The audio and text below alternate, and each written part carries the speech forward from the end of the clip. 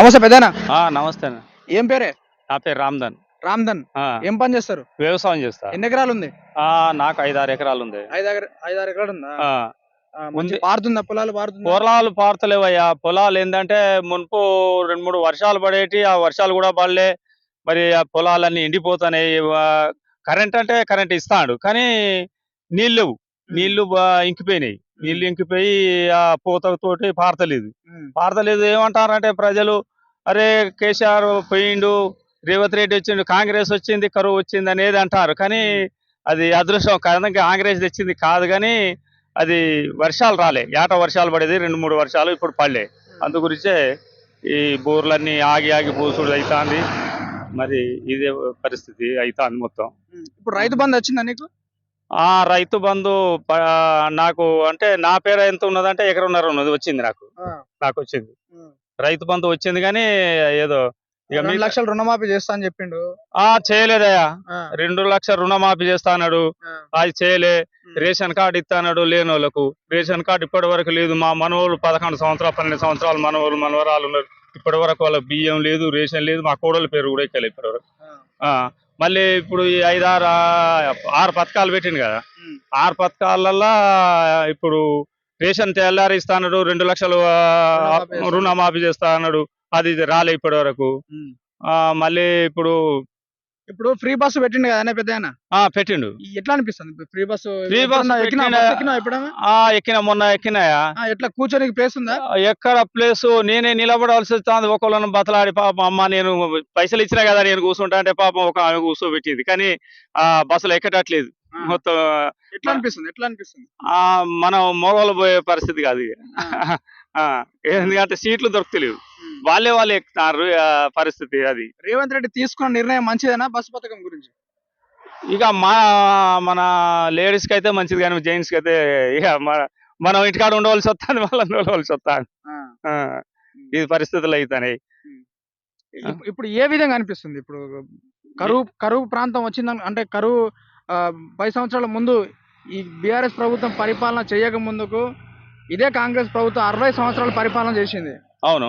60 సంవత్సరాల పరిపాలనలో మనం చూసినాం, నీళ్ళ కష్టాలు చూసినాం, కరెంటు కష్టాలు చూసినాం, ఈ గ్యాస్ల కష్టాలు చూసినాం, చాలా రైతు రుణమాఫీ కష్టాలు చూసినాం, అన్ని చూసినాం కదా. అవును. మళ్ళీ వచ్చి 4 నెలల్లో నేను 3 నెలలు అన్ని చేసి చూపిస్తా అని చెప్పిండు రేవంత్ రెడ్డి గారు. అవును, 3 నెలలే అవుతుంది. ఇప్పుడు ఇది మొత్తం కరువు లెక్క అనిపిస్తుంది. మళ్ళీ మునుపటి కరువు వచ్చినట్టు అనిపిస్తుంది. కానీ గ్యాస్ అన్నాడు, కానీ గ్యాస్ మళ్ళీ 950 రూపాయలు మనం కట్టాలట. అయితే 450 రూపాయలు తిరిగి వస్తాయట. అదే 500 రూపాయలు కట్టి గ్యాస్ ఇస్తే బాగుండు. బ్యాంకులో కొందరి పడతానట, కొందరు పడతలేవు. ఏది నీ అకౌంట్ తప్ప అంటారట, ఏదేదో అంటారట. ఇవి మొన్న నేనైతే ఇచ్చినా, నాకైతే రాలే ఆ పైసలు. మొన్న తీసుకున్నా కానీ రాలే. మరి ఎట్లా అవుతుంది? ఈ 500 అన్నారు కదా, 500 రూపాయలు నగదు ఇవ్వాలి, గ్యాస్ ఇవ్వాలి, అంతే. ఇంట్లో కరెంట్ బిల్లు 0 వస్తుందా నీకు? మొన్నటి వరకు కరెంటు బిల్లు ఇంకా మాకు 0 అన్నారు, కానీ నాకు ఉన్నది మీటర్ ఉంది, కానీ మళ్ళా ఈ నెలలో రాలే. పోయిన నెలలే కదా ఆయన అనేది. నాకైతే రాలే. వచ్చేటప్పుడు ఎట్లా వస్తుందో చూద్దాం. ఇదైతే రాలే. ఇప్పుడు మళ్ళీ ఎలక్షన్ వస్తా ఉన్నది, ఎంపీ ఎలక్షన్ వస్తా ఉన్నది. అవును. సో ఏ పార్టీ గెలిచే అవకాశాలు ఉన్నాయి? ఇప్పటికైతే జర కొంతమంది అయితే పాత దాని మీదనే కొంచెం అరే పోయిందిరా నాయన అన్నట్టుగా మొగ్గు చూపుతున్నారు. ఇక ఎమ్మెల్యేలు అయితే కొంతమంది అందులో నుంచి ఇంట్లో జంప్ అవుతా అంటే మళ్ళా కొంత మనసు మార్చేటట్టు ఉన్నది ఇప్పుడు వాళ్ళది. ఈ పరిస్థితుల్లో మరి కాంగ్రెస్ మరి ఫ్రీ బస్ చేపట్టి లేడీస్ వాళ్ళు కొంచెం మొగ్గు చూపేటట్టు ఉన్నది. మరి ఎట్లా అవుతుందో ఇక. మరి 10 సంవత్సరాల పరిపాలన చూసినా కదా పెద్ద. చూసిన కేసీఆర్ ప్రభుత్వం ఏ విధంగా అనిపించింది నీకు 10 సంవత్సరాలలో? ఆయన చేసింది ఒకటి, నీళ్ళు ఒకటి బాగుంది, కరెంట్ ఒకటి మంచిగా ఉంది. కానీ దళిత బంధు పెట్టింది, కానీ అది బాగలేదు, అది మోసమే. ఒకళ్ళకి 10 లక్షలు ఇచ్చి పక్కోళ్ళకి ఇడిచూడ చేయబట్టి అది ఆగమైంది. మళ్ళా డబుల్ బెడ్రూమ్ అన్నాడు. ఆ డబుల్ బెడ్రూమ్ కాకుండా ఆయన ఇచ్చే 3 లక్షలే కనుక ఇది గృహలక్ష్మి అనేది అప్పుడే ముందుగాలు ఇస్తా అన్నాడు. ముందుగానే మన ఎమ్మెల్యే ఎలక్షన్ అప్పుడు అందరికి ఇస్తా 3 లక్షలు 3 లక్షలు అందరు బిక్కున్నాం. మేము ఇల్లు బిక్కుని బేస్మెంట్ కట్టినాం. ఆ పేరు లేదు, ఈ పేరు లేదు. ఇక చక్కగా గడ్డి గుడి చేసుకొని బతున్నాం. అది అట్లా అయింది. మరి ఈయనేమో మొన్న ఇందిరమ్మ పథకం అని 5 లక్షలు ఇస్తా అన్నాడు. ఇప్పటి వరకు మా పేర్లు అయితే రాయలే. మరి పేరు రాసి మరి అకౌంట్ లో పైసలు పడితే ఏం చేస్తుందో మనకైతే తెలియదు. ఇప్పుడు పెళ్లిళ్ళ సీజన్ వచ్చింది. అవును, చాలా మంది పెళ్లి చేసుకుంటా ఉన్నారు. సో పెళ్లిళ్ళు చేసుకోండి తులం బంగారం ఇస్తా అని చెప్పిండు రేవంత్ రెడ్డి. తులం బంగారం కాదు కానీ ఇప్పుడు అదే కళ్యాణ పథకమే వస్తే చాలు. తులం బంగారం కాదు కానీ కళ్యాణ పథకం ఇస్తే చాలు. ఆ, తులం బంగారం ఎవరికి ఇవ్వలేదా ఆ, ఇప్పటి వరకు 3 నెలలే కదా. ఆ. అది అమల్లో రాలే ఇంకా. ఇస్తాడు కావచ్చు కానీ ఇప్పటికైతే మా ఊళ్ళో అయితే రాలే. ఉమ్. ఇది పరిస్థితి. ఇప్పుడు 2 లక్షలు రుణమాఫీ చేస్తా అని చెప్పిండు. చేస్తా అని చెప్పిండు ఆయన. మీరు కేసీఆర్ 1,00,000 అన్నాడు కదా, ఆ, నేను 2 లక్షలు ఇస్తా, ఇంకో 1,00,000 తీసుకో, 2 లక్షలు తీసుకోరు అన్నాడు. అది మాత్రం అమలుకు రాలే. 2 లక్షల రూపాయలు రైతు కంపల్సరీ చేయాలి. ఉమ్, ఎందుకంటే కాంగ్రెస్ ప్రభుత్వం రేవంత్ రెడ్డి కంపల్సరీ రైతుకు మేలు చేయాలంటే ఎమ్మడే 2 లక్షల రూపాయలు అందరికి మాఫీ చేయాలి రైతులకు. ఉమ్, మళ్ళీ ఇప్పుడు వడ్లకు మద్దతు ధర ఇస్తాడు. ఉమ్, ఏదే 500 రూపాయలు ఇస్తాడు, 2200 కదా, ఇంకో 500 పెంచి 2700 కొంటా అన్నాడు. ఇప్పుడు మా వడ్లన్నీ అయినాయి, ఇక కోతలు అయినాయి, రాసి పోసుకున్నాం. మరి అది మద్దతు ధర అంటలేడు, ఏది లేదు. ఉమ్, అది మద్దతు ధర పెంచాలని రేవంత్ రెడ్డిని మేము అందరం రైతులందరం కోరుతున్నాం. ఎందుకంటే మద్దతు ధర లేదు. ఇప్పుడు ఎండిపోయినది వరి, పండిన వాటికైనా మద్దతు ధర ఇస్తే ఇంతో అంతో దీంట్లో కలుస్తుంది అనేది ప్రభుత్వాన్ని కోరుతున్నాం. గతంలో టీడీపీ ప్రభుత్వాలు ఉన్నప్పటికీ మళ్ళీ అక్కడ నుండి మళ్ళీ కాంగ్రెస్ ప్రభుత్వం చేరిండు, మళ్ళీ సీఎం అయ్యిండు, అందరినీ మన రాష్ట్రాన్ని పరిపాలిస్తుండు. మళ్ళీ ఎంపీ ఎలక్షన్ అయిపోవడంతో మళ్ళీ బీజేపీలోకి వెళ్తుండ అనేసి ప్రచారం వస్తుంది. దీనిపైన ఏ విధంగా చూసారే పెద్ద వెళ్తే బాగానే ఉంటుందంటావా? ఎవరు రేవంత్ రెడ్డి బీజేపీలోకి పోతాడా? ఆ, ఇప్పుడు కడియం సిరి కాంగ్రెస్ లోకి పోయినట్టు పోతాడా అని. ఆ, అదే ఇప్పుడు వాళ్ళు ఇళ్ళకి పోయినా ఏం లేదు కానీ మనం ఓటేసేటప్పుడు నీకేను నాకెత్తనంటే వాళ్ళ కోపాలు వస్తాయి. కానీ వాళ్ళంతా చేసేది వాళ్ళ బతుకు కానీ మన బతుకు కాదు ఇది. ఉమ్, ఉమ్, ఇప్పటికే రేవంత్ రెడ్డి గారు బీజేపీలో పోతాను అంటారు కానీ సీఎం అయిపోతాడా? పోలేడు. ఆ, ఇప్పుడు కాంగ్రెస్ ప్రభుత్వం ఆయన దాంట్లోనే చాలా మంది వస్తారు కదా, ఉమ్, ఈయన పోతాడా? పోరు. ఉమ్, నా అభిప్రాయం అయితే పోడు అనేది ఉన్నది. ఉమ్, మరి ఇప్పటి వరకు అయితే ఇట్లున్నది. మరి ఎటు మొగ్గు చూపుతుందో చెప్పలేము. ఉమ్, ఎవరి చేతిలో ఏమున్నదో చెప్పలేము. ఇప్పుడు కేసీఆర్ కంపల్సరీ గెలిచే సూచన ఉండే అప్పుడు. ఉమ్, మరి ఎమ్మడే కాంగ్రెస్ వస్తుందని ఎవరికైనా నమ్మకమా? ఉమ్. ఇప్పుడు కూడా ఎట్లయితుందో తెలియదు. ఇది చాలా మీ ఎమ్మెల్యే ఎవరు ఇక్కడ? మా ఎమ్మెల్యే ఇప్పుడు నాగరాజు.